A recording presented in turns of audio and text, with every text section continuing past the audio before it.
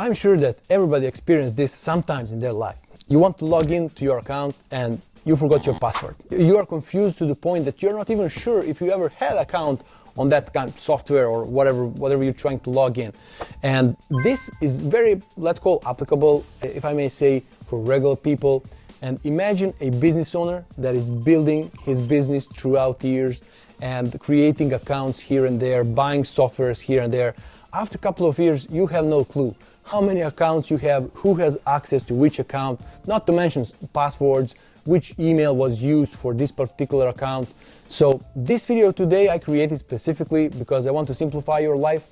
After watching this video, you can implement this strategy. And by the way, this is a strategy that we use for all our clients. Whenever we onboard someone, we apply this strategy because this gives us so much speed to create all those assets, to connect everything together, to make it work smoothly, and still to keep all the power in the hands of business owner that we are working with. So in this case, if you do it yourself or you have somebody in-house who can help you out with this, you will actually put all those online assets that you have in your business under one umbrella and have one account to rule them all. Here I'm talking about Google account. Just to be very clear, you can create a Google account with gmail.com, like you pretend that you are just doing it for your personal use. That can also do the work, but you can also create it with your business domain, whether what we call a Google Workspace, and just have all those emails created there.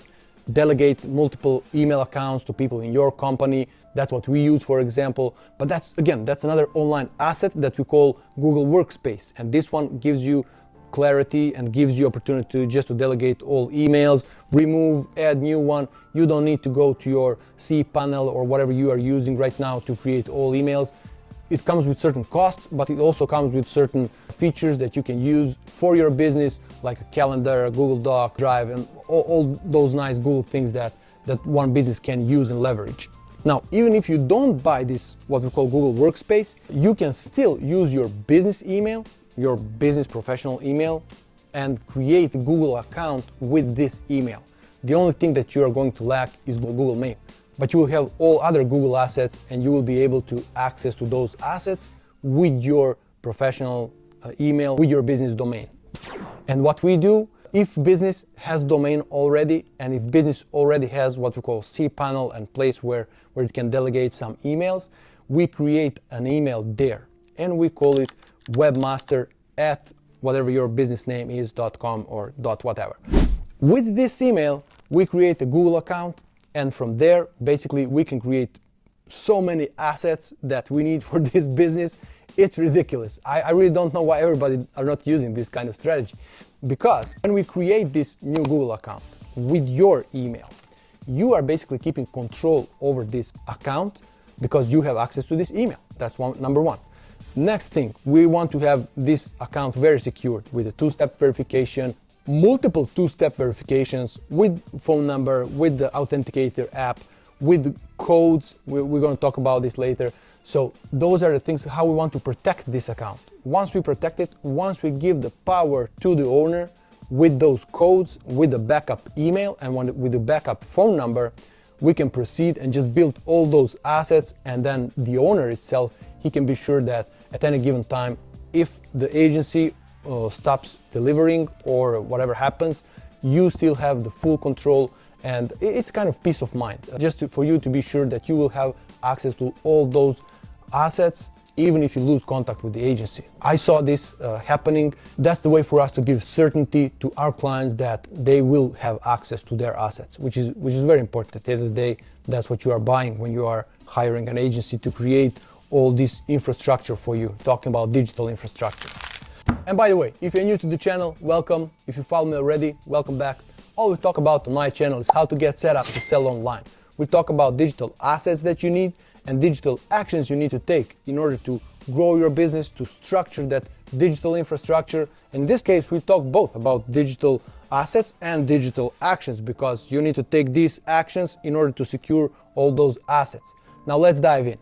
So here I created just a simple sketch just to give you an idea of what you can control with this Google account. So let's say that we created what we call the master email and we created one big G, that's a Google account. It's going to control access to multiple Google assets, but also some other software that we are using And at the end of the day, we're going to have this email. So what we can do with this, okay? So number one, Google My Business. I mean, we talked about this in one of the other videos, the value that Google My Business is giving to any business here. If you're not familiar with this term, we're talking about your business registered on Google Maps. And once you do it, you want to connect it also with your website, with your other online assets, social media. You want to provide a phone number, working hours, everything just to make as legit as possible, as updated as possible. And then Google is going to reward you by sending some people your way because you listed that you can deliver this kind of services. And the more Google reviews you get, the better you're going to be positioned in the search. So basically you're going to get more clients. That's what Google My Business can do for you. Tag Manager and Analytics. This comes to analytic part of your assets. You want to have overview, who is coming on your website, from which sources give you better traffic, which sources are converting better, and so on. Sometimes there are businesses that don't visit those accounts for like a couple of months, maybe full year, but then suddenly, boom, they have some huge traffic. It seems out of nowhere, but if you go there, you can find out what's going on and do more of that, right? So that's what we use analytics for. Google Ads, of course, Google Drive and everything that comes with the Google Drive, all those documents, sheets, presentations, slides, how it's called in Google, of course, Google Forms, YouTube at the end of the day. Like there are businesses that we onboard, they don't have a YouTube channel. For sure, we want to create a YouTube channel with this asset, with this Google account, because at the end of the day, one day you might decide to sell your business. You just need to disconnect your personal account to this Google account. That's it. Business is ready to be sold. Now, on the other hand, we can use this same Google account that I just mentioned to create other accounts on other softwares, other tools. For example, I'm going to give you here a couple of examples, literally just handful of tools that we usually create when we onboard somebody, just to be sure that we have those things in place, that they are ready whenever we need them. Doesn't mean we're going to use them right away, but we just want to be ready. And this is very simple. As I said, for example, Zapier. This is a tool that connects all other tools that you can imagine. I mean, there are still softwares that are not connected to Zapier, but if you are missing a link connection between this software and this software, usually it's Zapier that can connect these two, and then they can communicate and take some actions. Basically, that's an automation tool that we use. And when you go there to zapier.com, I believe, you can just click create new account. And then instead of giving your email and password and whatnot, you just click create account with the Google account. Boom, that's it. Then what we do after, we go to our complete online assets overview, and we want to make a note that Zapier, to log into Zapier, you want to use Google account, as simple as that. So whoever has access to this Google account, he has access to Zapier too. Same thing with the Hotjar. Hotjar is what we call recording tool. So it can record the visits on your website, both on your phone, your PC. When somebody lands there, whatever they do on the screen, how they scroll, where they click, which pages they visit, you can just see that, literally see from their point of view what they see and how they experience your website. So this is one very powerful tool that we leverage to learn how people behave on our website. And there are, of course, ways to implement this tool and not to slow down the speed of your website. You do it with a Google Tag Manager. Can you imagine that? Next one, cookie consent. If you don't have cookie consent on your website, I mean, put it right away. You are actually breaking the law.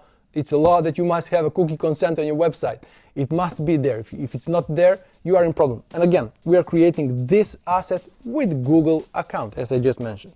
QR code generator. I like this tool because we generate those QR codes and we can measure how many people scanned, how many people came from which source, and so on. And again, you can create it with the Google account.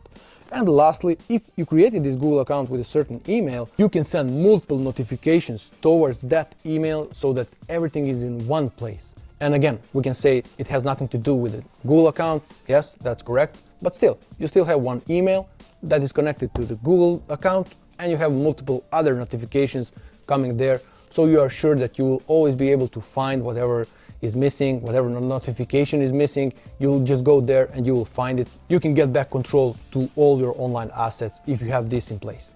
Now, one thing is very important, and you want to be very careful with this. So with the great power that this Google account can give you to simplify, to have access to wherever you need, comes of course the great responsibility. You want to be very careful to put all those security measures in place. Now, when you are creating Google account, if you just follow those security recommendations, you will be 50% good. But what I strongly suggest is to have two-step verification, with SMS, so meaning with the phone number, to have a backup phone number, to have also authenticator app, because sometimes you want to give this access to people in your organization, or maybe you hire an agency, you want to give them access to simplify and speed up the process. Because if they need to get back to you to get access to whatever asset out there they need access to, I mean, you are losing time, they are using time. We never justify that time expense. We want to be very fast. Once we establish trust, if trust is there, come on, give me access here. I want access to all those assets so that I can deliver on time. So we already mentioned a couple of ways of this two-step verification.